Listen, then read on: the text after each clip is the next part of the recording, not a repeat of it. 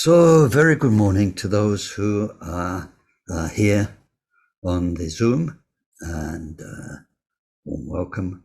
And for those of you who are catching up on YouTube, then good morning, or good afternoon, good evening, wherever you are.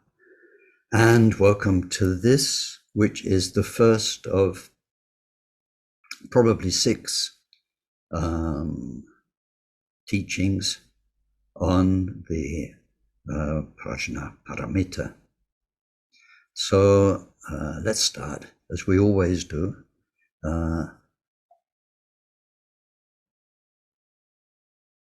After the start, we'll be zooming out to see where Prajnaparamita fits in our bodhisattva journey. And so we'll be seeing how important our bodhicitta, our loving care for our fellow beings is. And so as we do our prayers to start, please do all you can to feel a loving, kind heart for every human being, every living being in this world and in many, many, many other worlds, to feel really a part of life everywhere, part of, more importantly, consciousness everywhere, and to feel the great privilege of serving our fellow beings and of learning all we can of Dharma, which gives us the means, the tools, skills, so that we can really fulfill our wish to be more and more help to everybody, including ourselves. So we do some prayers.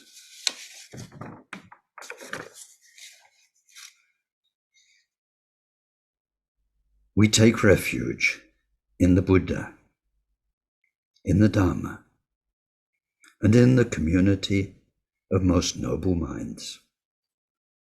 From this moment on until we reach the very heart of enlightenment. Through the practice of generosity and all 6 paramita, may we reach total awakening and every enlightened quality, to be able to really help sentient beings so lost in samsara. May each and every being be well, live long, be healthy, be well provided for, have good friends, find respect, live in places of peace and plenty, and most of all, may they practice Dharma. May they each create the causes for these good things to be their wealth in future lives, and be free of suffering and from creating causes of future suffering. May they discover the natural, sacred well-being totally beyond suffering, and attain the great equanimity, free of closeness or distance from anyone. Deyata shame shamavati shameta shatru am kuri marajite karota keyorite juvati olayane Bishuda nimale malapa naye kukure kaka grase grasana umuki paramuki amuki shamme dawane sawa graha bandanane negri itva sawa bhava pravadina vimukta mara pasha savitva Buddha mudra anugatita sava mariputsarita Parishuddhe Pragashantu Savamara Kamane.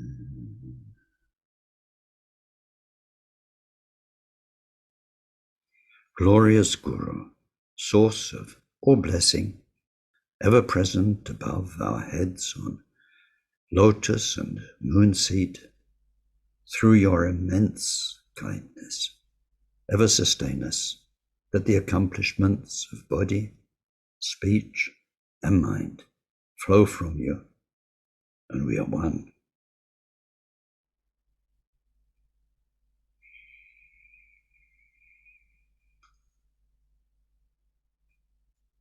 Thank you.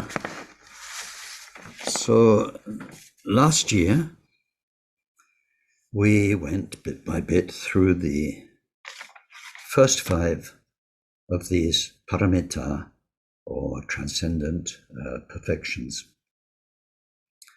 And let's remind ourselves where we are. And particularly with those first 5, we are looking at doing. What we are doing as bodhisattvas, as Buddhists, hoping to become Buddhas, working to become Buddhas.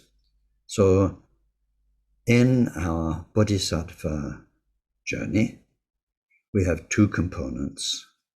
One is the aspiration, the driving motivation that keeps us going, that keeps us on track, keeps us on the right path. Our view, our own assessment of who we are, what our life's about, where we are taking it, and in the long term, many lives' time, or however many lives it is, where we want to end up, how we want to end up. That vision, that motivation, that driving force is absolutely vital. It's the heartbeat of the bodhisattva journey. If that's not there, you're bodhisattva dead. You're not a bodhisattva, no matter what you are doing. So the motivation, the vision, the drive is important, but on its own will never get you enlightened. You never become Buddha. We need not just the loving compassion of the bodhicitta, we need compassionate, loving action. So that action, a bodhisattva's activity, a bodhisattva's deeds, what we are doing,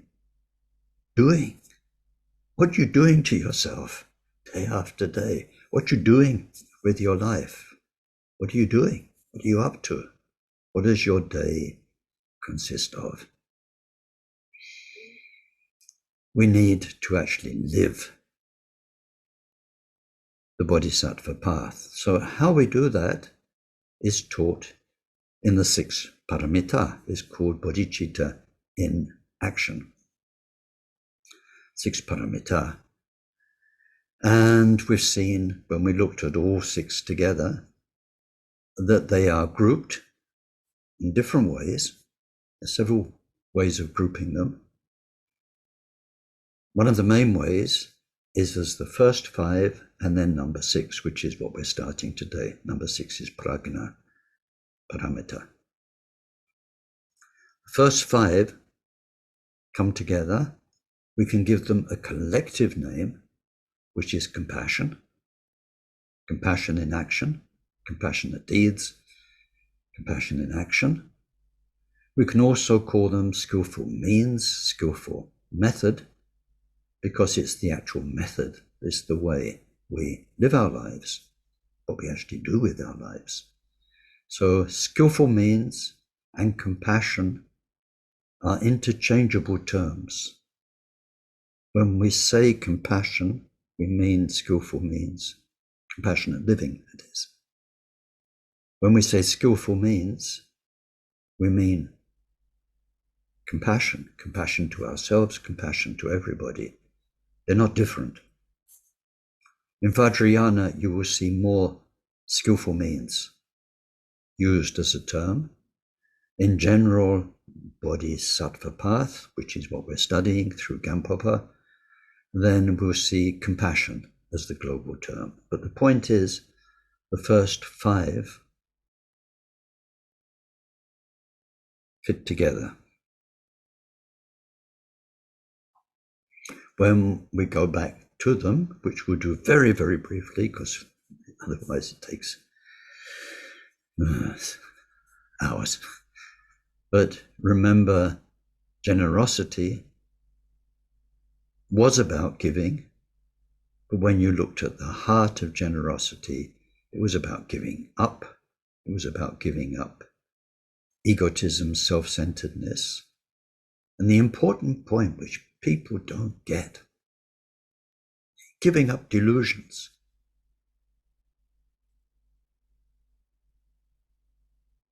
If it was giving up reality, that might be painful. But nobody wants to. Do you want to be deluded? Some people say ignorance is bliss. Maybe it's an option. Just shut down and eat, drink, sleep. But nobody wants to be deluded. That's all we're talking about. Getting rid of delusions of self. Not about getting rid of yourself. You've got a whole bodhisattva journey to live through. And you can't. You can't get rid of yourself. Even if you commit suicide, you get reborn. Doesn't work. Like pushing a rubber duck down in the bath, pops back up again. You can't stop it. Can't. So we're not talking about getting rid of what you really are. We're talking about getting rid of delusions because they cause suffering for us, everybody. So giving up delusions of self is the real generosity. Now, there's a lot of work to do there. That's one of the big doings. We have opportunities all day long for giving up self-centeredness in exchange for caring for others, inside our heads, inside our thoughts, as we become aware of our thinking. So many opportunities. That's the real point of generosity paramita. And then right conduct was about our interaction with others, with life, and doing it in a very pure, interacting in a very pure, very ethical way. If you remember Milarepa's summary, it's getting rid of any twisted agenda so that our relationship with others is, these days you might say, WYSIWYG, you know, this computer term, what you see is what you get. What other people see, experience of us is honest, straightforward. We're not wearing a mask, we're not trying to manipulate. So it's totally unmanipulative. Our interactions with other people, because through generosity, we want to care for other people more. So once we are interacting with them, it's very important that that interaction is pure and ethical. And then once there is pure and ethical interaction, then it's never easy. And we get aggression, we get difficult circumstances of all sorts. So we had forbearance, which is how to see what people call obstacles as opportunities, as gifts, to see enemies as your best friend, not because of some weird psyching yourself into a strange state, but because the enemy is the person who shows us how much anger, self-pity, resent, and all these poisons that we carry in ourselves. Without the aggression, the difficulty, the challenges, we'd never have this most precious mirror on earth to show us the work we still need to do inside to become pure, to become Buddha. So there's a lot of doing to be done there as life circumstances, health, our own body, our friends, our family, our relationships, the world around us makes us upset, and we have work to do. So these first three paramitas are very much doing. lot to do. Then if we jump to number 5, meditation paramita, that we had before, just before this course, then of course there's a lot to do there. We went through so many different sorts of meditation, and you have to actually do it. If you don't do it, it doesn't produce results. It really is hard work, donkey work, hours and hours, hundreds, thousands of hours of meditation to bring change in ourselves, to go deeply enough to really make lasting change, to dig out the causes of our suffering, and so on. So number 5, meditation, is also doing. Number 4, diligence, we saw is different. You can't just do diligent. You can't. And we saw this. You can't just, okay, let's all be diligent for the next 5 minutes. What you going to do? You can only be generous diligently, practice right conduct diligently, be forbearing diligently, practice meditation diligently. It's about how we do the other 4. So it's already a little bit different, but it's in the realm of the actual doing. So now, after those first 5 paramitas of doing, we're coming to prajna, and that's generally translated as wisdom. Okay, let's do wisdom. Okay, for the next 1 minute, we're going to sit down and be wise.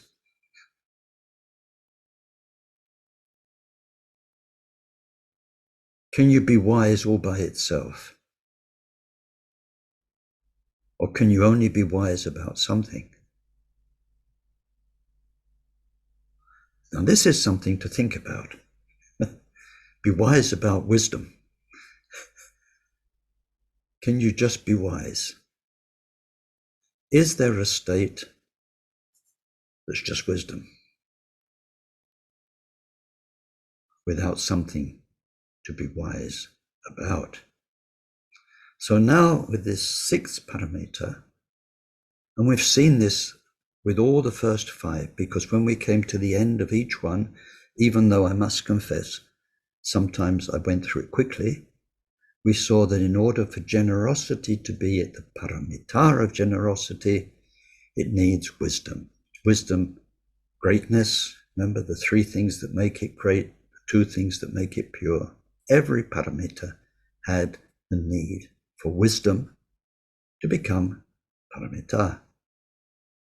So generosity isn't the paramita of generosity unless it's wise generosity.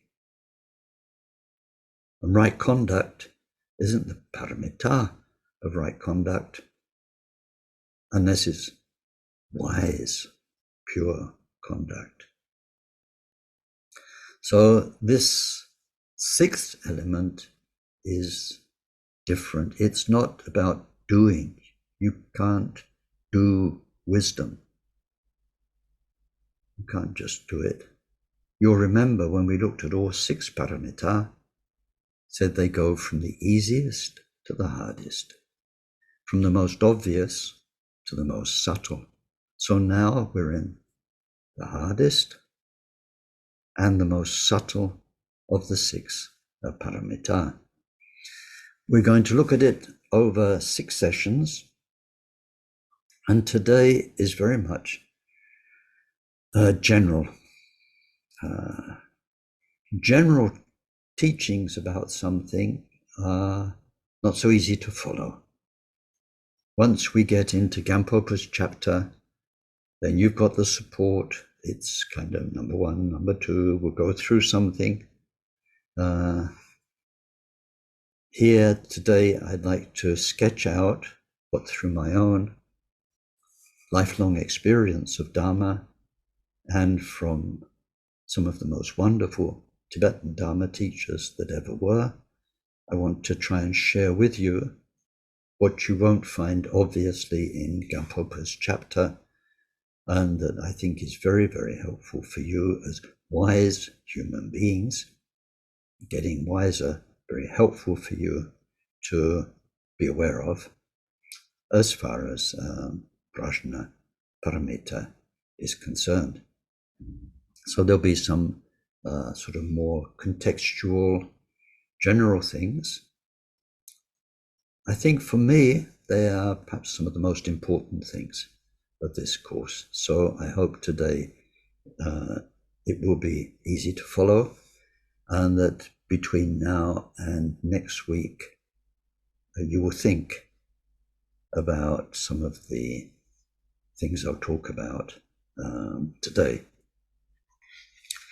So where should we start? Words. I think words. So I need, oh dear.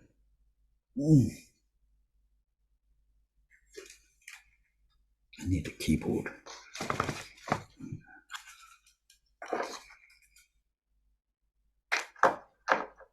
I'm working in a very narrow space, and if I'm not careful, this keyboard is going to collapse on the floor. Okay. So, whoops. I don't know what I touched there. These computers, touch screens, are scary. Really scary. I'm on a real computer just now. It's better, but it's no. What am I looking for? Oh gosh, I can't see it. It must be there. Yes, good. So,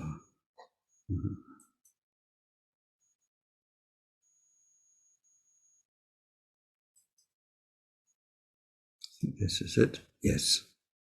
Can you wave if you can see? Yeah.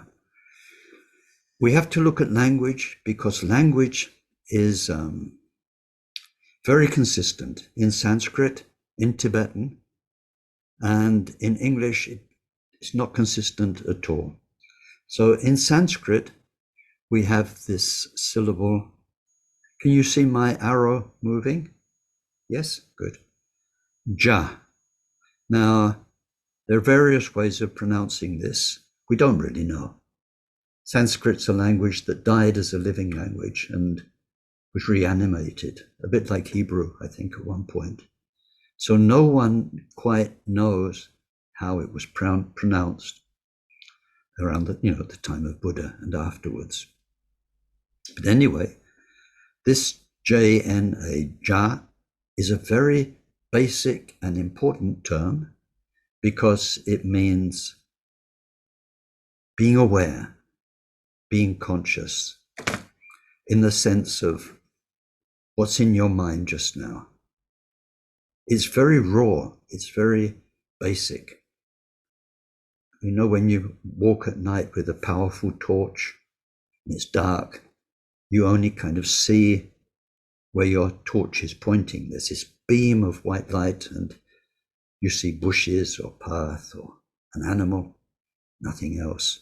So our awareness can be used like a torch in various ways. And those various ways are represented by words that have ja in them with other syllables. So vijana, the V has the sense, or had the sense, of being specific. So, and for instance, your awareness is specifically visual. You are looking, you are aware through your eyes, colors, shapes, or you're listening. The specificity is that it's through your hearing capacity, or your smelling, or tasting, or your feeling physical sensations. So, or if we go to the sixth area, away from the five senses, you're focused on a memory, you're focused on a dream, a projection, an idea. So V means specific. And we translate that, most people translate that as consciousness in English. They don't say specific awareness or focused awareness, which would be a meaning translation. Vijnana. We just say consciousness, which is a very vague term in English. Then Jat goes with sam. Sam means combined in this case. So it's when this focused awareness, we see, we hear, we smell, we taste, touch, and so on, is combined with recognition. So maybe I can make this a bit bigger in case it's easier to see. No, I can't. Yeah, that. So we recognize. So we humans, we can name things. So if I see a red English telephone box, well, I just said it, red English telephone box. Now, for a rabbit who sees that box, they don't know about telephones. And they recognize red, but they won't be calling it red.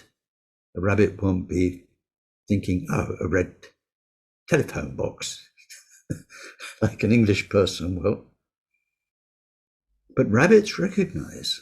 They recognize this grass from that grass, and this other rabbit from that one. They recognize and they associate, because they'll be scared of some things, they'll be drawn towards other things, and they'll think that that food is tastier than other food. So recognition, which we translate as cognition, rather than augmented or combined awareness. But in Sanskrit it's samja. Prajna, now you can pronounce this, pranja, pragana, prajna, different ways. Like we say, none of them is correct. They're options. But there it's with pra. Pra means best awareness. And we'll be getting some definitions from Gampopa, so no need to spend too much time now. But we translate that as wisdom, because we have our awareness in the moment is as good as it can be. It's the best, not stupid awareness. It's awakened. So wisdom is sort of the word we use, but then wisdom in a very broad sense. Pranja covers, as we'll see through Gampopa, worldly wisdom, spiritual wisdom, and so on. And it includes the last one in this list, which is jhana. Jhana, that has a very tight definition. It's an awareness.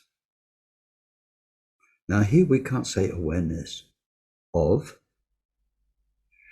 We'll come back to this in the coming weeks, but it's Buddha mind. Buddha mind is, when it happens, aware of itself. It has inbuilt self-awareness. This is a very, very deep and important topic, but you cannot, with our conscious mind, our consciousness, our stream of consciousness, cannot see, hear, smell, taste, feel Buddha mind with the five senses, Our thinking mind can't think it. Our remembering mind can't remember it. Our fantasizing mind can't fantasize it. Everything that we've got in those first 4 definitions here cannot know Buddha. As I said in lots of previous weeks, what we're learning to do is to shut up. And when we really shut up, then Buddha mind manifests all by itself. It knows itself. It's something quite wonderful.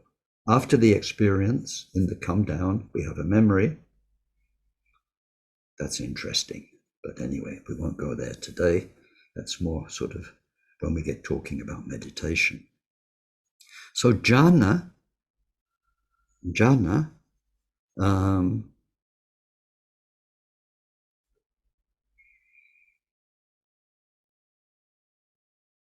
when it was translated into Tibetan, you see all these 5 terms, the ja became she in Tibetan. So each of the terms, we get she, namshi, I have to think, sherab, yeshe, and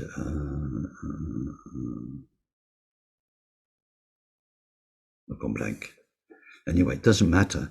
But there's a consistency in the Tibetan translations that's not in the English. We've got conscious, consciousness, cognition, wisdom. Jhana, when it went into Tibetan, became yeshe. Yeshe. Ye means primordial. What always was, what's always been. So it's the awareness of what's always been by what's always been. Jhana. Okay, so I hope that's useful. So now we're looking at Prajnaparamita. Wisdom, paramita, but wisdom in its broadest sense.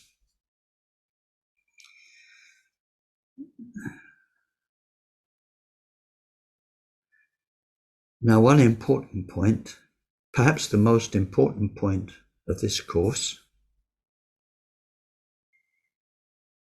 funny point really. I mean, so funny you could roll on the ground laughing. Really that funny.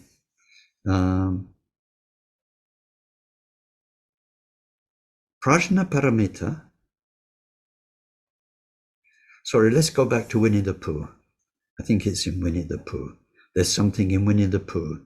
I think it is, or if it's not, it's something you see on internet. Is how do you spell love?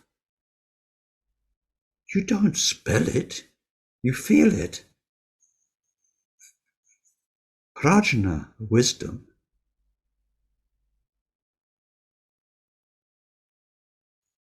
And what we're talking about is this 6 paramita that needs to be there with all the others. Cannot be talked about, cannot be expressed in words, cannot be thought. In no way. It's a very real, if we use the term loosely, experience, if we use more accurate language, realization. Realization in the etymological sense of becoming real for you. Buddha mind becomes real in you. It actually happens. You're awake. This selfless peace, all-knowing wisdom, the great love for all being, everything that it is that we talk about in those words, but the reality of it is there. We get there through meditation, the previous paramita mainly, but by all the paramitas combined, the first 5, take us there. But when it happens, that is prajna, paramita, in terms of these 6 paramitas of the bodhisattva practice. It's real, it's beyond words. And now we're going to go through 6 sessions with Ken going blah, blah, blah, blah, blah, blah, blah. Words. I mean, that's all we've got. That's all we've got. Words, examples from a reality, our reality, that have nothing to do with it, but that help. It's very important that you grasp this. Why is it important? Because if you think the Prajnaparamita is in all those words and the philosophy and in the history, then you're wrong.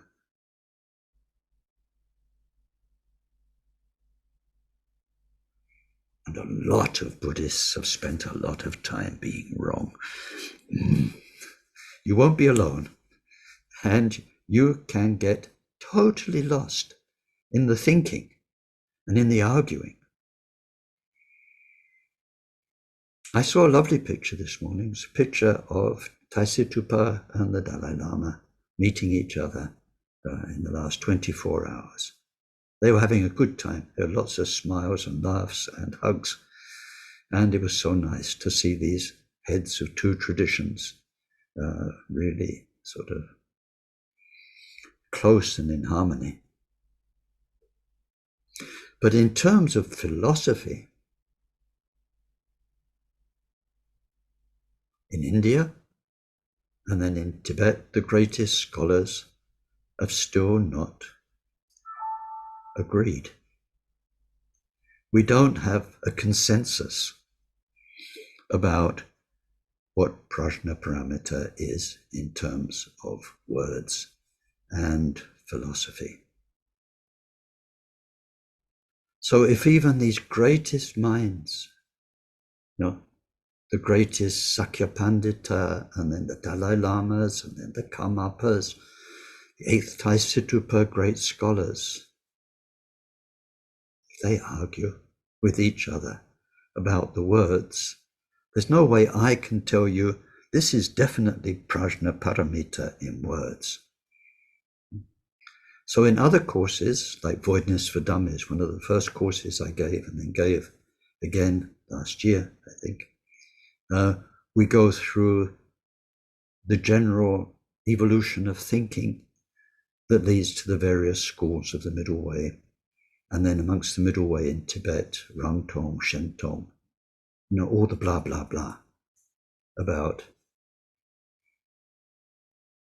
what? What is this about? It's about what we call ultimate truth. What is ultimately true? Ultimate, ultima, means in the end.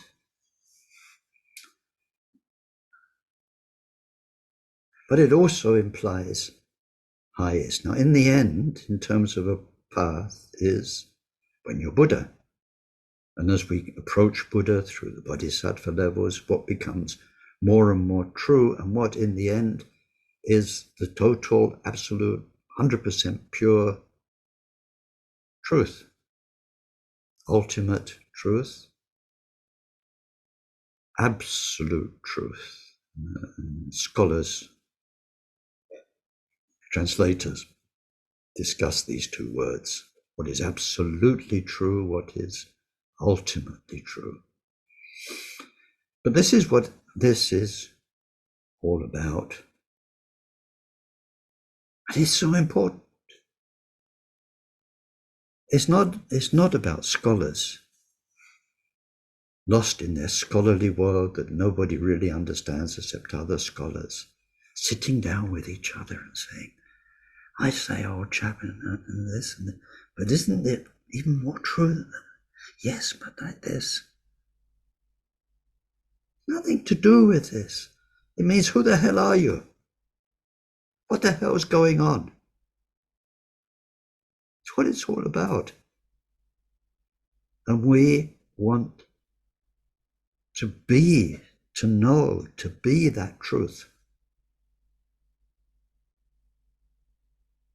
Not ideas, not words. That's what humans with lots of time to spare do. You sit down thinking and talking. We want to actually be it, know it, reach it. Why? All these deep questions. Why is this happening? Why are these countries at war? Why are these people dying? Why am I experiencing what I'm experiencing? What is happening? Are there gods up there doing this for a bit of fun? Are we like their pieces on a chessboard? Is there one God who's got some plan? And this is part of a weird plan or plan? Or is it just total haphazard chemistry of life? And we are humans trying to make a sense of it when there's no sense to be made of it. We're just molecules that got some bit of intelligence, whatever that is. I imagine you do want to know, but then again, perhaps ignorance and bliss is, perhaps ignorance is bliss, and it's better not to know. But the point of prajna, pragana, however we pronounce it, is, and now all of the different schools agree, you can get there. Whatever it is, however we describe it, whatever we can write in words, but it's achievable. And Buddha did it, and so many have done it.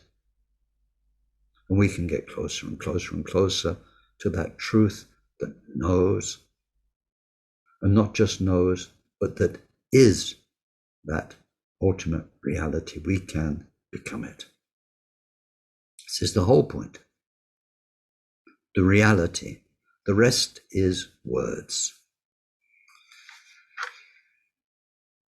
It's good to think about that. And then once we think about it, well, then do we need words at all? Wouldn't it be better to just go and meditate, get enlightened, and leave philosophers to talk the hind legs off donkeys, as they say in English, and to argue with each other, and to write endless books and theses? Well, so I want to share with you why we have the words, and to have a look at the history of the words, because Prajnaparamita is very much based on words and on scriptures. Very much, very much. So although it's about ultimate reality, it is about ultimate reality. It isn't. The words aren't ultimate reality. They're about ultimate reality. But this is the point. They are helpful. So when first introducing this, my first main philosophy teacher, Gampopa, said, it's like this.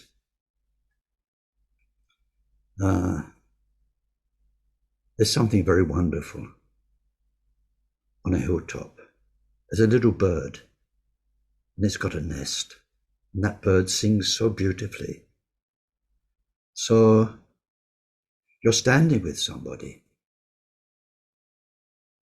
and from where you are, you can't see the bird. So you want to guide them. And first of all, you say, you see that range of hills over there. So they can not look at the plain or anything else. All right, the hills. You see the third hill from the left, the one that's a bit more pointed than the others. So then you can, all right, got it. Now can you see, just on the right-hand shoulder, there's a tree. Oh yeah. Well, in the lower branches of that tree, that's where I saw the bird's nest. So if you want to hear the birds sing, you're going to have to go towards that range of hills, and then as you get closer, go to the third hill. As you get to that hill, work out how do you get to that tree. When you get to the tree, then you can actually hear the birds sing. but you couldn't. But you needed to know where to go and where not to go. It's the third hill. So if you find you're heading towards the second one, whoops, look for a path that takes you to the third one, and so on. So he said the words can never describe prajna, wisdom, can never describe ultimate reality.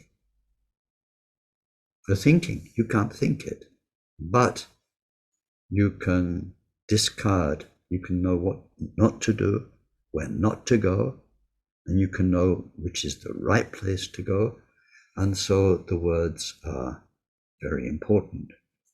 Now, there's another very, very interesting topic that's not talked about much in Tibetan Buddhism, but it's about the discrete nature of our awareness. As you meditate and you get experiences and things happen, then how can you check it out? If you've got a good Lama, a very good Lama, available, on tap, who knows you, who's followed your story, then you can go and talk with them, and there's quite a good chance they'll understand what you're talking about.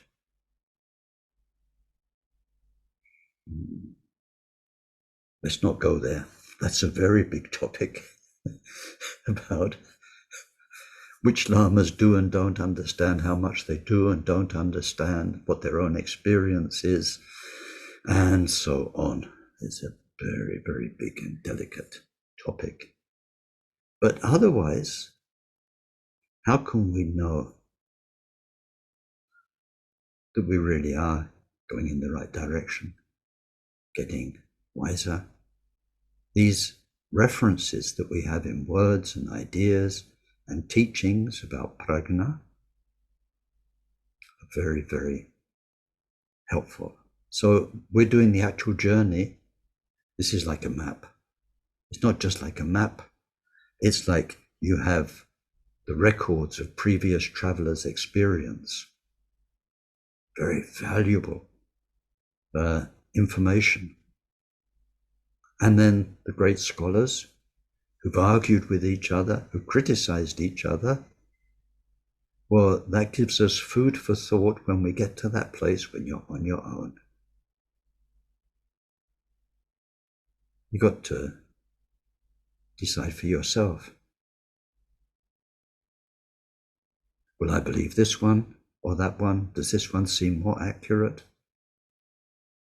What did the other one who criticized this have to say? Do I need to think about that? Take it into account, even if it's uncomfortable. All of this helps us on our journey. And it's so important. But in the end, it will be discreet. Only you will experience the wisdom in yourself.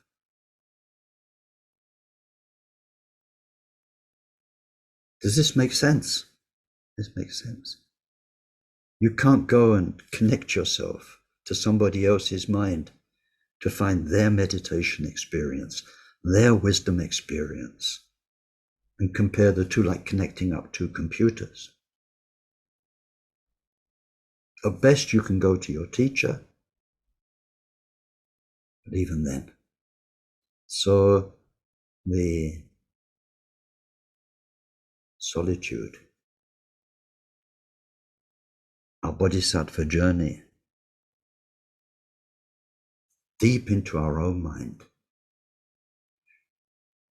needs the Prajnaparamita Teachings as a reference. So talking about this with 1, 2, 3 great masters, Akon Rinpoche talked about this with 16th Karmapa, previous Kalu Rinpoche, and Khenpo Sultim, mainly at the time. Also Trangu Rinpoche, but that was more a bit later. And they said, look, he asked, if somebody wanted just to go experientially to absolute truth. Could they do without study and just meditate? Like Milarepa. Now, keep that one in mind. Like Milarepa. Keep that one in mind. Like Milarepa. Or what? And so what they concluded, absolutely, definitely, was that that would not work. And that Milarepa was not somebody who hadn't studied, which is something that some lamas get, unfortunately, very wrong. They say you can just meditate like Milarepa and you'll be fine, and that will be the best thing you can do. And who said Milarepa didn't study? Mapa had gone, his teacher had gone and spent 20 years and 7 months with Naropa, who was India's finest scholar. After he accepted Milarepa, Milarepa was 7 years receiving teachings from Mapa before he went off to meditate. And we see this in Milarepa's songs and dialogues with scholars. He was well informed. So we need a minimum. The minimum that the Karmapa and Kala Rinpoche and Khenpo Sultim together agreed is we need the Buddha nature teachings from Maitreya. We need Gampopa's ornament of precious liberation.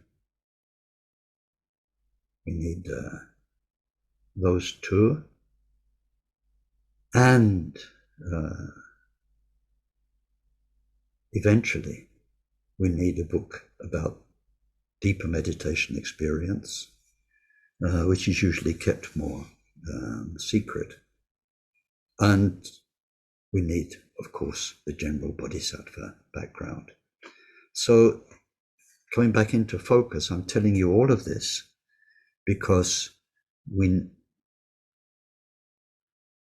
need to value the words of the Prajnaparamita teachings and to realize that they take us to a place beyond words. One last example. I don't know why it came to mind, but bread. Just a bit of light entertainment for a couple of minutes before we get going. Bread. You know, there are different sorts of bread all over the world. I've traveled a lot. I've tasted quite a lot of breads, from dark black German bread, very, very dense bread. I think it's probably denser than lead or gold or uranium. There's that kind of bread. And then there's English bread, which is almost air, sort of very flimsy. The best bread I ever tasted, which even if I think about it, I start salivating, was in Afghanistan. And it's a sort of tandoori naan bread in underground ovens. I have these amazing ovens which are in the ground, and in the bigger ovens, sometimes the guy, when he dips into it to put the bread in, you only see the legs sticking out. So they're hot earthen walls, and they make the dough and they raise the dough, and then they, down in the oven, they slap it onto the wall. And when that side's cooked, it drops down, and then they pick it up and slap the other side on. And that bread, when it comes out, you eat it when it comes out the oven. Oh my word, it is bliss bread. So like the little bird in the nest, I could tell you a lot or something, if I knew about bread and grains and the chemistry and the temperature and the qualities of using earthen walls with that kind of bread, and how you need to raise the wall temperature to just the right degree of heat and so on. You could make so much analysis in terms of words, in terms of science, and then people could travel around Afghanistan and say, yes, that's how they make it. But actually, here in Herat, you've got the best of all the Afghan breads, because the actual earth on the oven has got a high iron content and that kind of thing. You could write volumes that would help you in the end do what Ken did and taste the most delicious bread in the world. One day, through all of that, you might end up. But this is the point.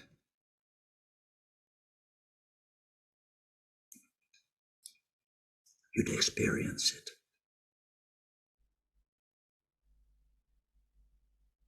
And you couldn't describe it to anybody else. What you going to do? You go back. You go back to your country. You say, it's most amazing bread. And how can you describe it? You can't. But you can tell them how to get there. You can tell them why it's so special, because of the chemistry and so on. But in the end, it's about the taste, the reality, the real experience of what ultimate reality for us is Buddha mind. This is what we're talking about. So now, and I hope I'm not boring you too much, but this is general. Before we get into details, we need to look at words and writing. So let me see if I can find it. Yes, okay.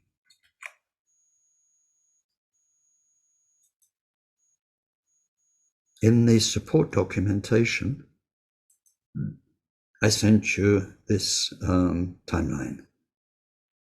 Can you see it? Yeah, okay. So, thank you. Words, writing, language, Prajnaparamita. We start with Buddha teaching. Whether Buddha taught words or not is an interesting topic. People heard words. Whether Buddha taught words, and if he did, in which language, is a subject of scholarly debate. Now, I want to share with you, I've shared it before in our courses, but many of you weren't there, an experience I had serving the 16th Karmapa. It happened in the Dordogne in France. A group of people went in to see him, and they stayed in there for about 20 minutes. I stayed outside. I wasn't inside with them, as far as I remember. But when they came out very happy, of course. But so inside, there was the Karmapa, and there was his interpreter at the time, who was Tibetan, called Achi. So anyway, Karmapa was talking to them in Tibetan. Achi was translating into English. They came out. One of them, person I know, an Italian lady, she said to me, and forgive my impersonation of the accent, she said, "Oh, Ken, it was so wonderful. He speaks the most perfect Italian." She'd been in there for 20 minutes with the Karmapa, receiving a teaching in perfect Italian, as far as she could hear. What to say? I mean, the first thing you want to say is, but he doesn't speak Italian. He's only got a few words of English. But then she was so thrilled. And then she carried on. She said, and you know, he answered exactly what was on my mind. And that happened more than once. Karmapa was, and people received the teachings they needed, even in their own language. There was a huge, whatever you call it, telepathy or whatever, but it doesn't matter. So whether the Buddha actually taught words is not the same as whether people heard words. It's an interface. Is Buddha mind? They're relative minds. They're good relative minds because they practice meditation and many other things, but they're minds that still function on thinking and ideas. So Buddha taught. As far as Tibetans are concerned, as far as Mahayanis, some Mahayanis are concerned, during his lifetime, he taught the 3 turnings of the Wheel of Dharma. In the first turning, he showed the pain that comes out of the delusions of ego, the delusions of self, how we hurt ourselves, limit ourselves, delude ourselves, and we cause trouble for others because of projections of who I am, what I need, and so on. He showed all of that. I don't need to describe it further now. It's very famous, the basics of Dharma.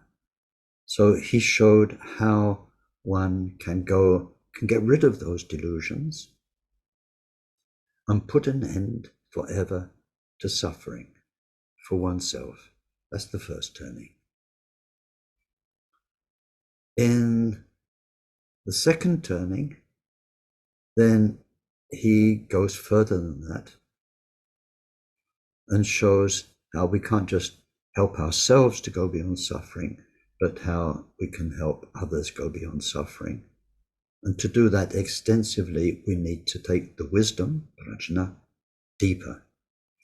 And we need to not just understand no self of individuals, but we need to understand how nothing has fixed entity. It's called the no self of things or non-entity. And he taught great compassion at the same time as the second turning. How we need that deeper wisdom of everything in order to help others and ourselves. In the third turning of the Wheel of Dharma, then he taught Buddha nature, that we are, all of us, truly Buddha, that the true nature of this mind which thinks, which knows, is the awakened state that he was, that he manifested to them through his Nirmanakaya. The Buddha nature teachings are very much about the interconnectedness of everyone and everything. So anyway, the 3 turnings of the Wheel of Dharma is a whole teaching in its own right. We're not doing it today. And I sent you some backup documentation. So if you want to look more deeply into it, then you've got pages and pages about the 3 turnings of the Wheel of Dharma. Buddha taught, people heard, Buddha passed away, and in the year after his passing, they had the first council at Rajgir with 500 or so, some hundreds of arhats who had total recall, and under the arbitration of Ananda, who'd spent the most time with the Buddha, and there they tried to remember all the teachings of the Buddha so that they could, what? Write them down? No, they didn't have writing. People didn't use writing, especially for spiritual things. If it was holy, you learnt it by heart. You carried it in you. There weren't books. There certainly wasn't paper. There wasn't paper. The only people who had writing used foreign languages to make lists of goods. You know, if you go through Asia, you look back, the oldest writing is written on clay tablets. They didn't have paper. And so anyway, so the Sangha, after the first council, memorized some of the Buddha's teachings. But there's one interesting story in the Agamas, so not the sutras, but the Agamas, about someone who turned up after the first council, who had been a Buddha's follower and had heard teachings.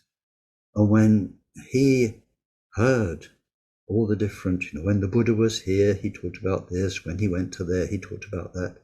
He said, but what about this one? I was there. Buddha taught this. And it wasn't included.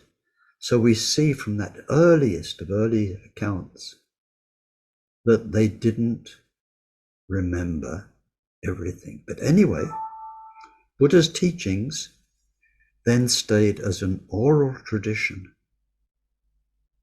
nothing written, for several hundred years. In India, they have the monsoon, several months of rain, and during the monsoon time, the Sangha would gather and they would repeat, learn,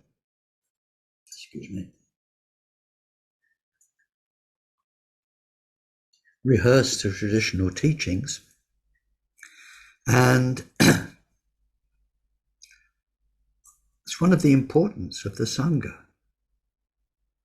These people knew these sutras, these people knew those sutras. Only together as a community did you have all the Buddha's teaching. And some of the very, very best scholars could remember. I think the most I ever heard of was half the Buddha's teaching. They knew by heart. They could repeat by heart. That's enormous. It's enormous.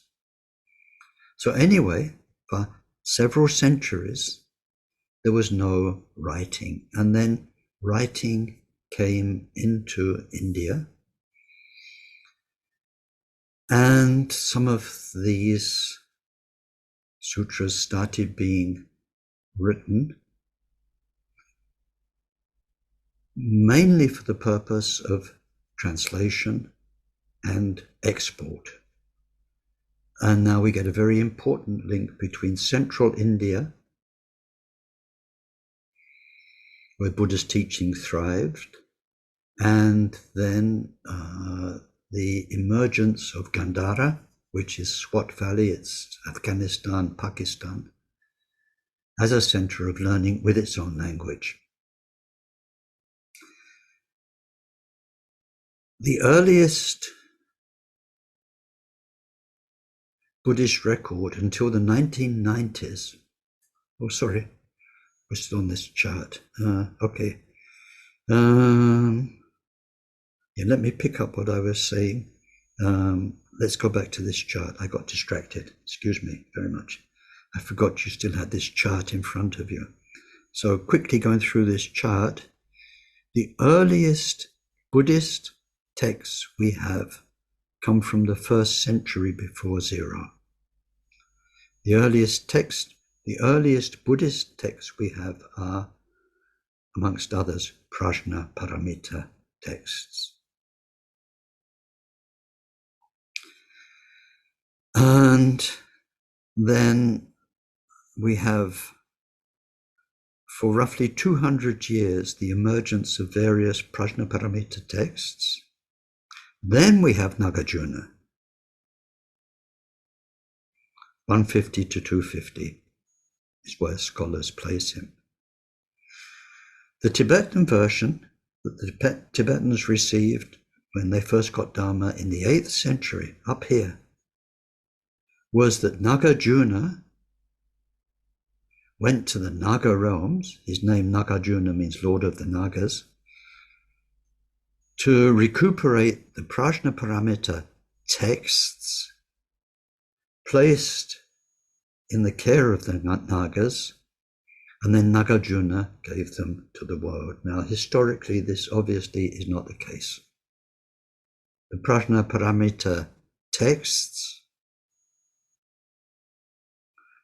were in India for 2 centuries before Nagarjuna came along. What he's famous for is summing up their meaning. He did that wonderfully. Then, after Nagarjuna, who emphasized the second turning of the wheel of Dharma from the Buddha's teachings, and Prajnaparamita as a negation of realities, we have a Sangha just over a century later, in the 4th century, who presents second and third turnings of the wheel of Dharma, and especially the third turning of the wheel of Dharma about Buddha nature.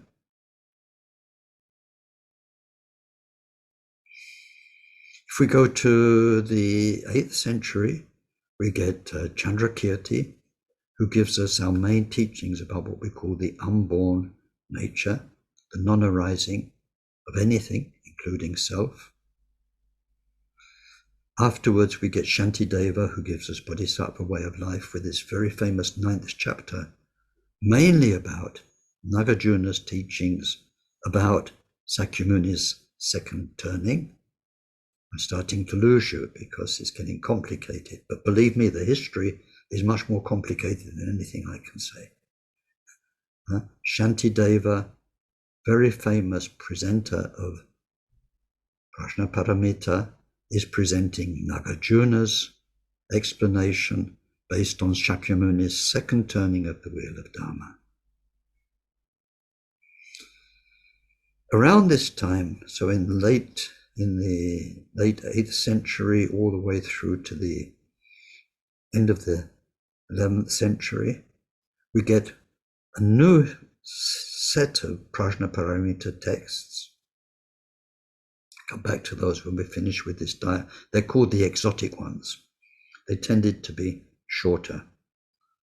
And now Gampopa, who we'll be following, comes after that. He's Tibetan. And then many people also study Prajnaparamita through Longchenpa in the Nyingma tradition, just to situate him in this timeline. So these are some of the most famous, how can you say, names, most famous actors of Prajnaparamita. Buddha, of course, the Prajnaparamita texts, Nagarjuna, Asanga, Chandrakirti, Shantideva. They're the main ones from the early time. Okay.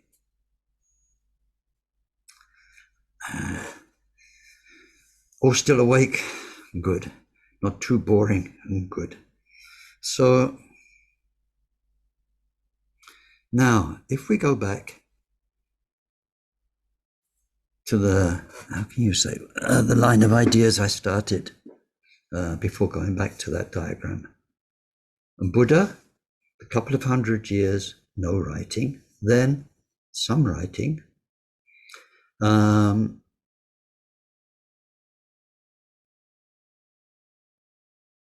then the earliest, how can you say, until the 1990s, as far as everybody knew, and everybody agreed, the earliest Tibetan writing was the Pali canon, the Pali texts from Sri Lanka, Ceylon.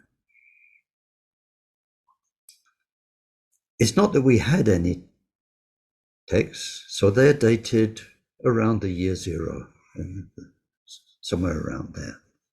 I forget the exact date. It's 59, I think. It doesn't matter. Around the year 0. We know from Sri Lankan history that they had texts. Why did they write down the Buddha's teaching? For the simple reason there was a big epidemic in Sri Lanka, and they were losing so many monks that they couldn't guarantee having a Sangha that could remember all of the Buddha's teaching. And so because by that time writing had come into India, had come into Sri Lanka, then in their own Pali language, they wrote down the Buddha's teaching. Not because writing it down was a wonderful thing to do, but to make sure of not losing it. The earliest historical Pali text, actually something you can find from history, is from 1500 years after that. Nothing survived because they didn't have paper. They wrote on leaves. They wrote on different material which doesn't survive. Now I can see time's going by. I love this bit. For me, it's been one of the most fascinating bits of my life. In the 1990s, from an antique dealer in Pakistan, somebody found a pot. It's a pot sealed, but inside there were rolled up texts written on birch bark. You know, birch trees? As a kid, did you take off the bark? You know, it's like paper, and you can write messages on it. They didn't have paper. And so they wrote down scriptures on birch bark. Now, unfortunately, almost 100 years before, some French, not explorers, some French scholars had also found pots with these rolled up texts inside. And they tried to unroll one, bone dry, and it fell into dust. So they tried to unroll another one, and it fell into dust. The whole pot full of scriptures. They didn't know what they were themselves. They were trying to find out, what's this? So fortunately, in 1990, whenever it was, then, let me show you, it's in your backup. Where is it? Yes, there, okay. So I'm going to share another screen with you. And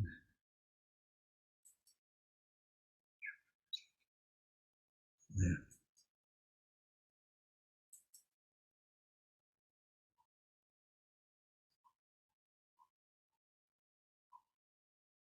Maybe I didn't send you this as a backup document.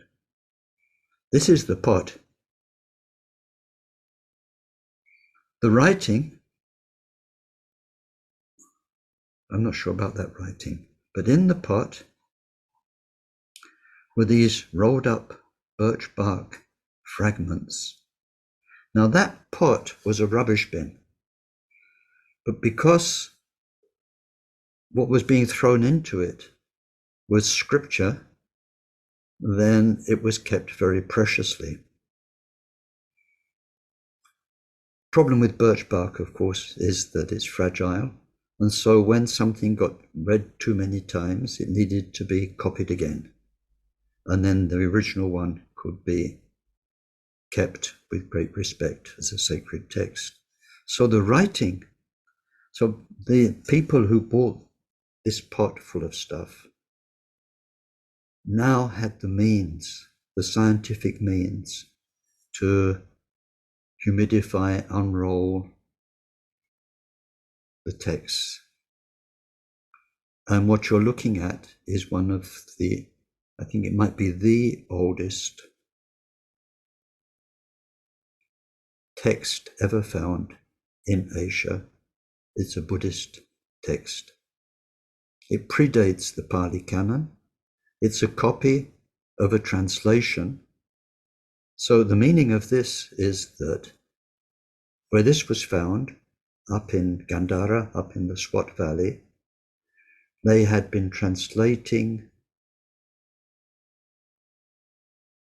Prajnaparamita texts and copying them and throwing away the copies for some time. So we're looking at the earliest scriptures. Since then, other pots, other texts were found. There are 3 collections of these texts which are written in a language called Kharoshthi. There are only 1 or 2 Kharoshthi scholars in the world. One of them is Mr. Solomon, thank goodness. And so we've got translations and we can compare. Sorry, I need to go back to that one.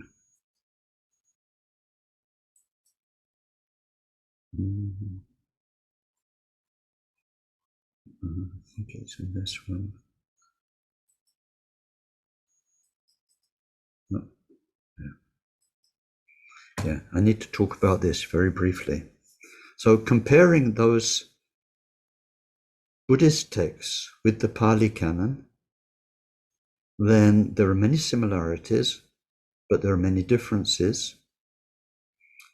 And the outcome of all the scholars' thinking, including Theravada scholars, not just Mahayana scholars, is this. There are 2 theories about Dharma. One on the left is called the tree model or the single trunk. It's that Buddha taught. His teachings were written down in the first council. As the centuries went by, then bit by bit, Mahayana and other schools developed. So like a tree that makes main branches and then they have sub-branches, but that what we find in the Pali Canon, or the first council, was the original teaching of the Buddha.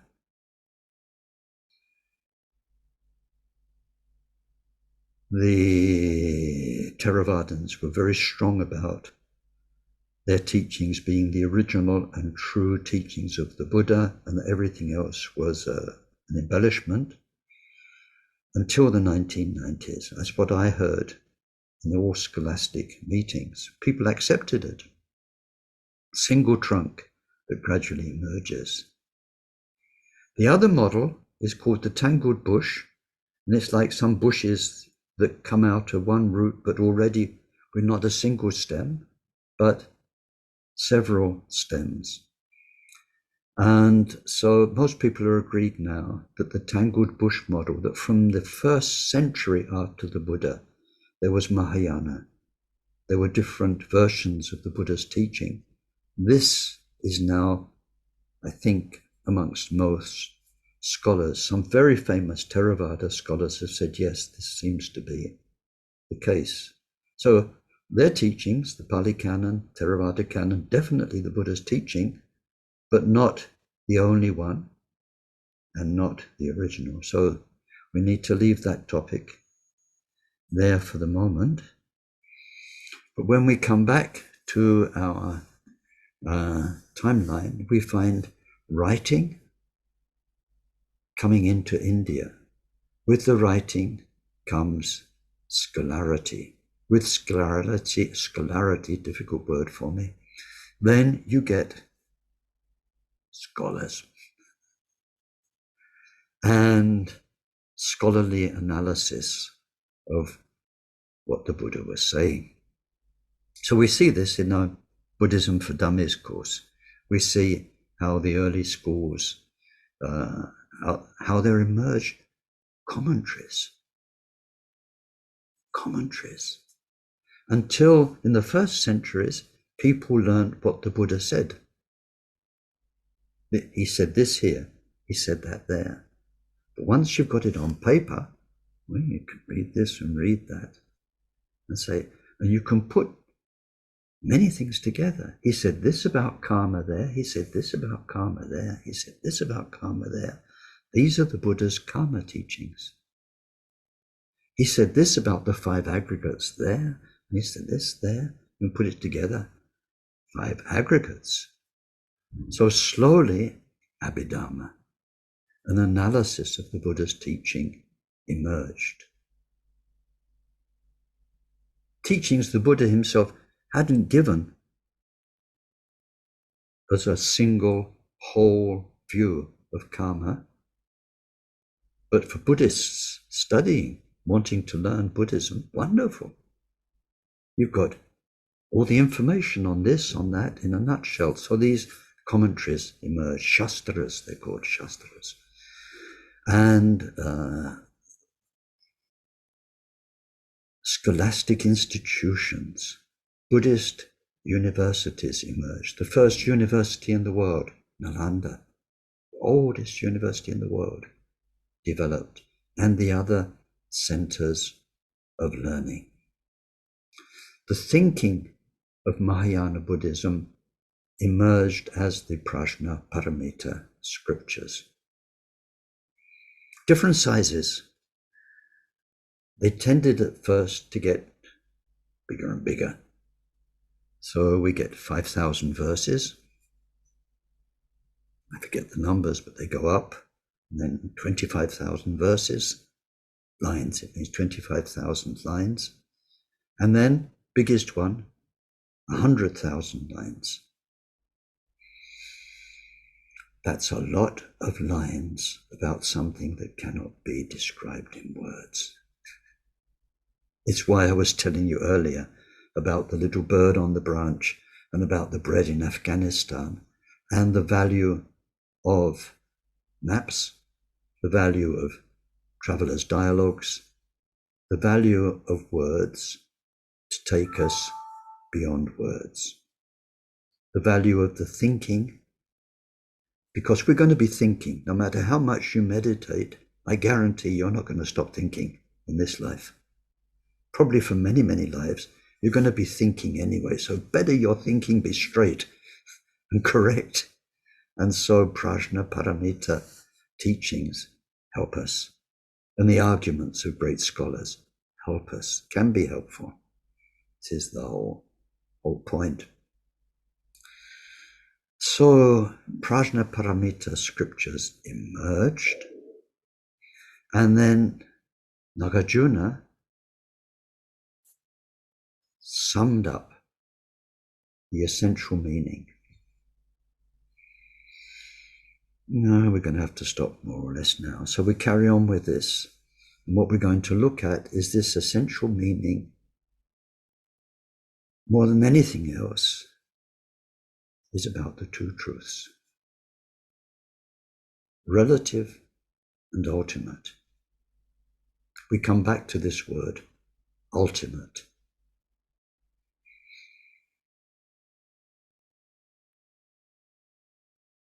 The end. You can only have an end if something came before, can't you? The end of a road only works because there's a road.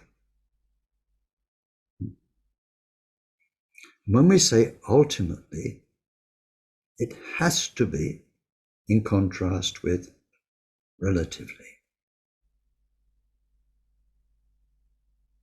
It looks like water on the desert, but ultimately it's an image in your brain we call a mirage.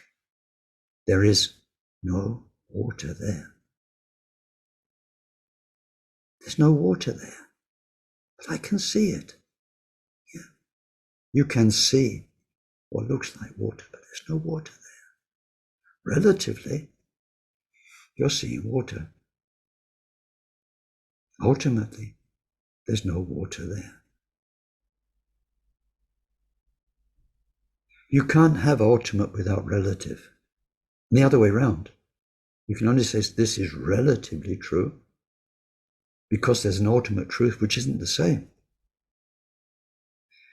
You cannot have ultimate all by itself, or can you? This is something I'd like you to think about over the coming week.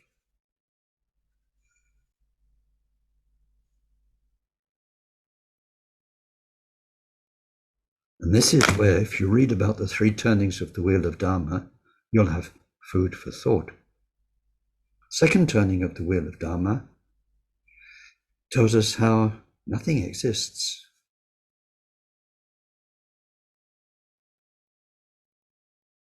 So maybe we can get to a state of mind where there's nothing. And that's the ultimate truth.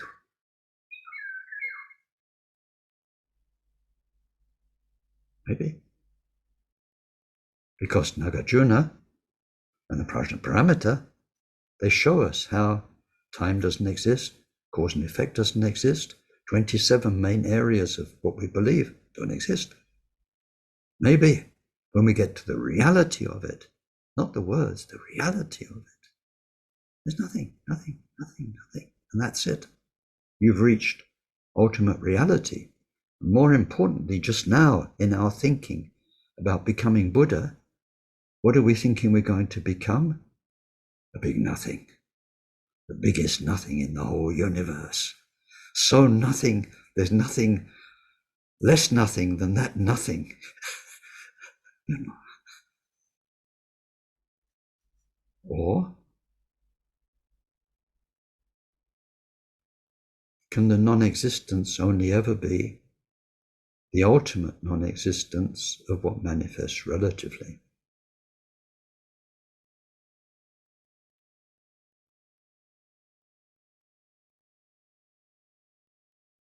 Or could it be that on our path and our journey to enlightenment, we untangle our delusions about existence and we realize that although this appears like this to my mind, ultimately it's this, and we can have the ultimate of the relative all the way of our journey, but at the end, when all the delusions are gone, and there's no more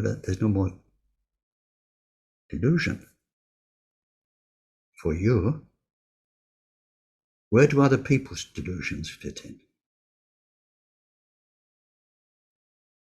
If you're omniscient, where are other people's minds in your omniscience? Whoa, lots to think about. So when you look at the first turning, second turning, they're the no-no turnings. No self, first turning, no individual, no nothing, nothing at all, nothing. Second turning, third turning, everything. You need to read about the three turnings. Interdependence, voidness means interdependence. Interdependence of what? You have to have things depending on each other. The very fact they depend on each other means nothing has its own existence.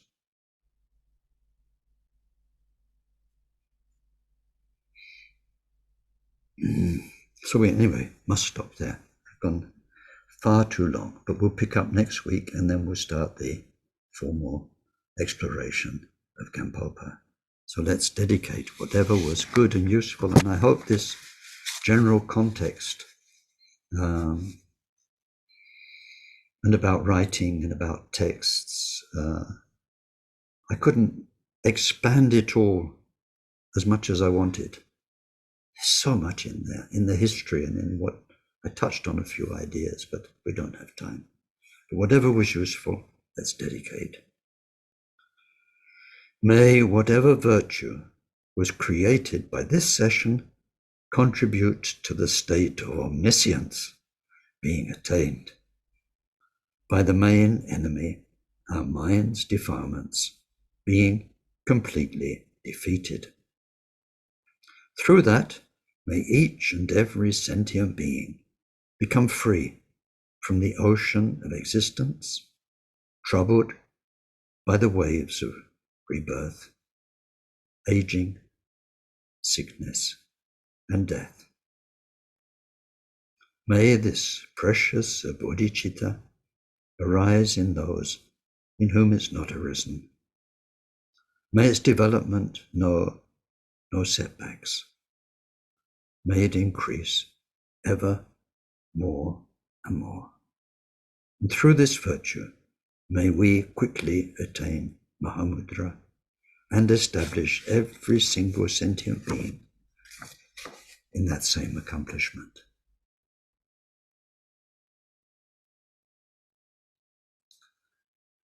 Thank you.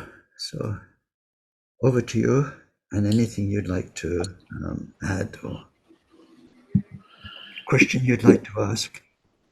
Yeah, hi Ken. I've got three things, but I'll go to the first two anyway. It might be useful if you mention the Zoom teachings to be given in 2 weeks' time by Tai Si Tupa on the two truths. Yes. If people don't know about that, that could be very useful. Secondly, to my limited mind, the single tree version of how the Buddhist teachings developed always seemed very odd to me, because if Buddha was fully enlightened, and the Buddhas before him, obviously he knew or understood all three yanas, and there's no reason why he wouldn't teach in inverted commas to anyone who would understand at whatever level. I mean, you mentioned about Karmapa and the Italian woman receiving the teachings in Italian, even though he doesn't speak teaching. So the Buddha obviously would have been able to teach, if that's the right word, people who were receptive to Vajrayana teachings. So the single tree version never makes any sense to me. The third one is very speculative, and it's probably very complex, but maybe there's a bit of truth in it, that the disciples of Buddha Shakyamuni and or those who met his teachings in real life, undoubtedly they were reborn in future lives and could well have become teachers. So one of them could have been Nagarjuna or Saraha or any of the big teachers that we have today. It's probably a very complex subject, but I'm sure there must be some even today who were existing, if that's the right term, at the time of Buddha Shakyamuni. Yeah, that's one of the, in the Kagyu lineage, the way it's explained goes back to one of the sutras the Buddha taught, Samadhi Raj Sutra, and in there we find Gampopa and what was to become the Karmapas, and Saraha, the Karmapas, and all the other main bodhisattvas in the Kagyu lineage. And for sure, yeah.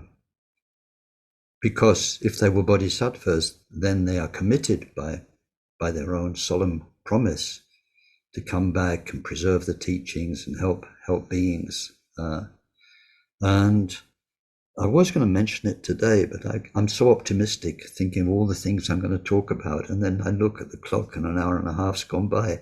But maybe I need to come back to it next time. But if you look at inspiration and the way it percolates through to general society, I think that's very interesting. I think I mentioned it in one of the support documents. If you look at Einstein's brilliant mind, what was going on in there? Science is still catching up with that, on not maybe the top thinkers, but you see the repercussions come down. In the end, they're taught in schools, they're applied in industry, they're applied in other places. When you see with art and culture, how a new change in music, in painting or something, it starts somewhere and it takes time to percolate through. And I think there's a lot of sense in the story of Nagarjuna and the Nagas on that level, because if all the depths of the Buddha's teaching have been taught at the same time, it would have been confusing for people. So we see in the first centuries after Buddha, the basic teachings about getting rid of ego, they really hold a big ground. Then we look, the second turning starts to become more and more present in India around the year 0 and afterwards. Then the third turning with Asanga, and with also one of its repercussions, which is Vajrayana. So that way, just like in his own lifetime, the Buddha had the time to lay the ground, the basics, then to develop that into Mahayana, develop that into Buddha nature. So gradually that percolates through, and that comes through in the schools and the scriptures. and the world gets a sensible picture of what he taught. It makes sense to me anyway, because I think that's the way things happen when there are great minds, great inspirers. It takes a while for the influence to be carried through. Yeah, I've often thought that a good subject for somebody's PhD thesis would be to compare Einstein's theory of relativity and his unified field theory with relative and absolute truth. But maybe somebody's done it, but I've never seen it. There's a book called Quantum Voidness or something like that, which is very good. It follows through after Einstein, especially with the quantum physicists. And I forget what it's called. I can put the reference.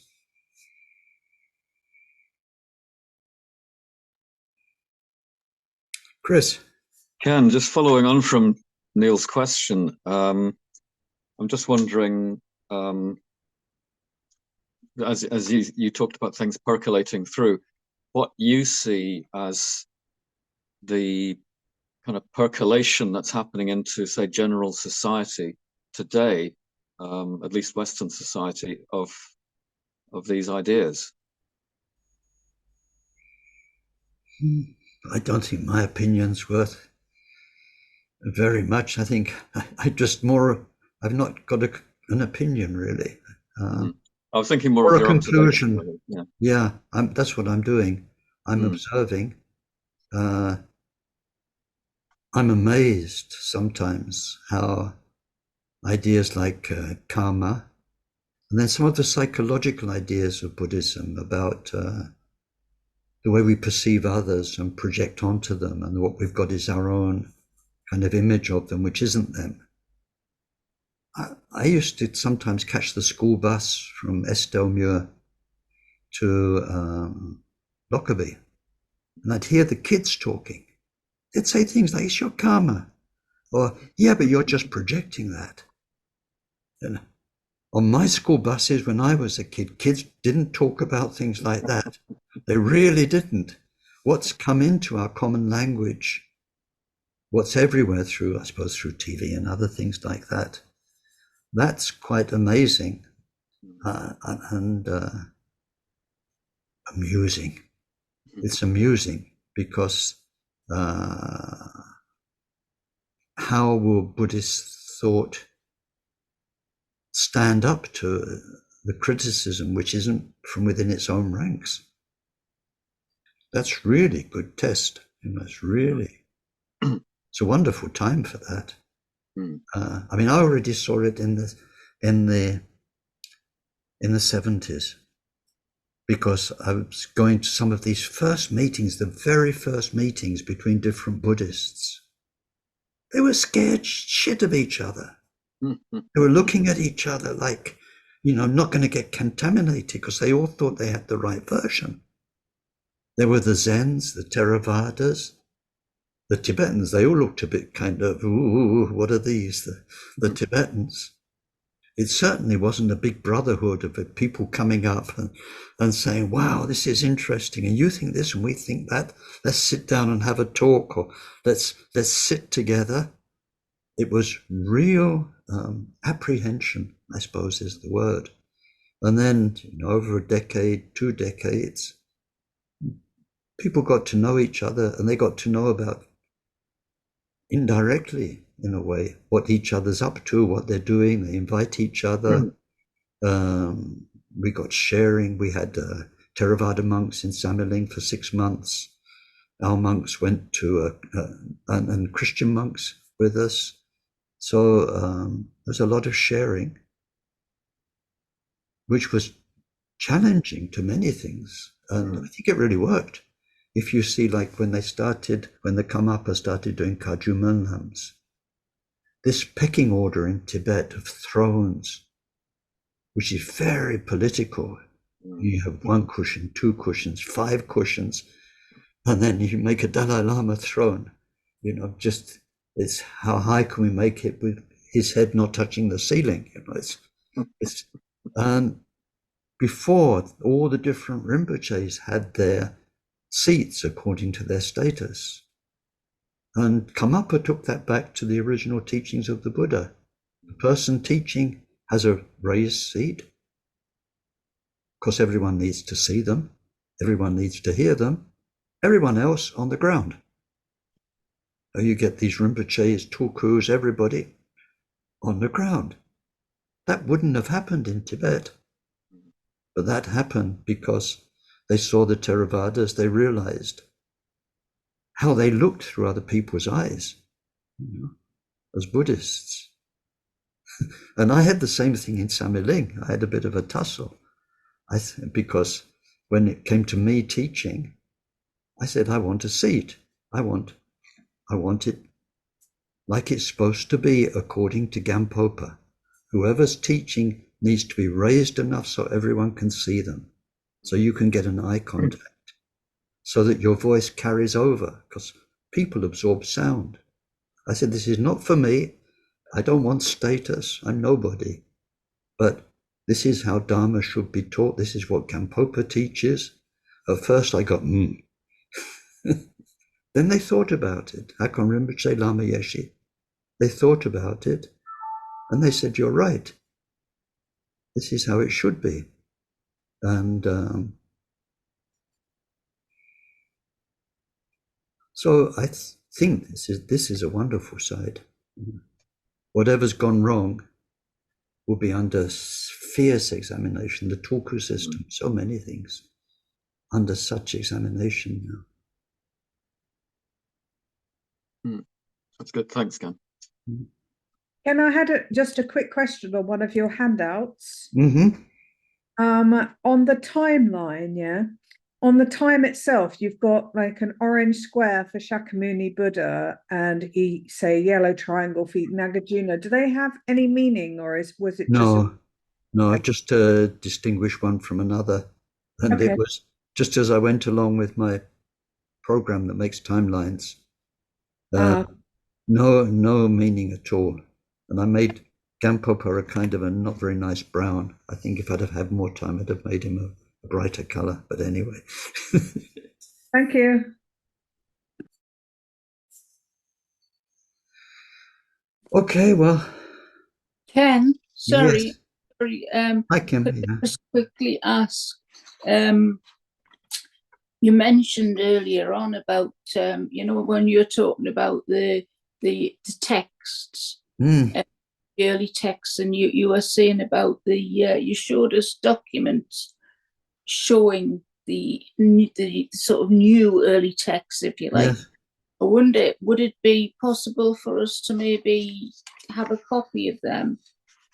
Yeah. Even if just the script itself, Yeah. That would be wonderful. The actual earliest, there are 3 collections. The British Museum's got a collection. There's a Shoyan, I think is the name, collection. There's another 3rd collection of these texts. There are hundreds of fragments. The one in the British Museum, which was so very carefully unwrapped and placed between glass sheets, is kept in a vault. And that vault is completely air-conditioned, temperature-controlled. So Khenpo Damcho, when he came, Katya was able to take him to see that in the British Museum. They went through all the security, and it's the oldest Buddhist text in existence. He was just mind blown. So I'd already sent out so much support material for this course that I thought nobody's ever going to look at any of it because there's too much. If you send one thing, people will look at it. 2 things or 3 things, then it goes on a shelf or it stays in a computer. So I've got a long document about these texts. I think it's about 30 pages, gathered together information. I'll happily send that to anyone, or I'll put the link on a web page or whatever. It's just I didn't want to overdo it, but it's really interesting because just like that, in 2 years, the whole vision of Buddhist history was put into question and more or less changed. It was sort of unbelievable. People who first realized we found Mahayana Prajnaparamita texts which indicate that there was writing. This was copied and translated from Sanskrit, which probably came from Central India. It's just amazing how the whole thinking was changed by those discoveries. Must have been incredible at the time. Yeah. Yeah, I just think it would be a really good sort of background thing, and I'm quite interested in like the early texts and texts anyway. Okay. So would be great. Yeah. Yeah. Thanks, Ken. Cheers. Okay. So see you all next week. Have a good week, everybody. I'll send that out by email then, that one. Okay. Thank you. Thank you. Bye-bye. Bye-bye.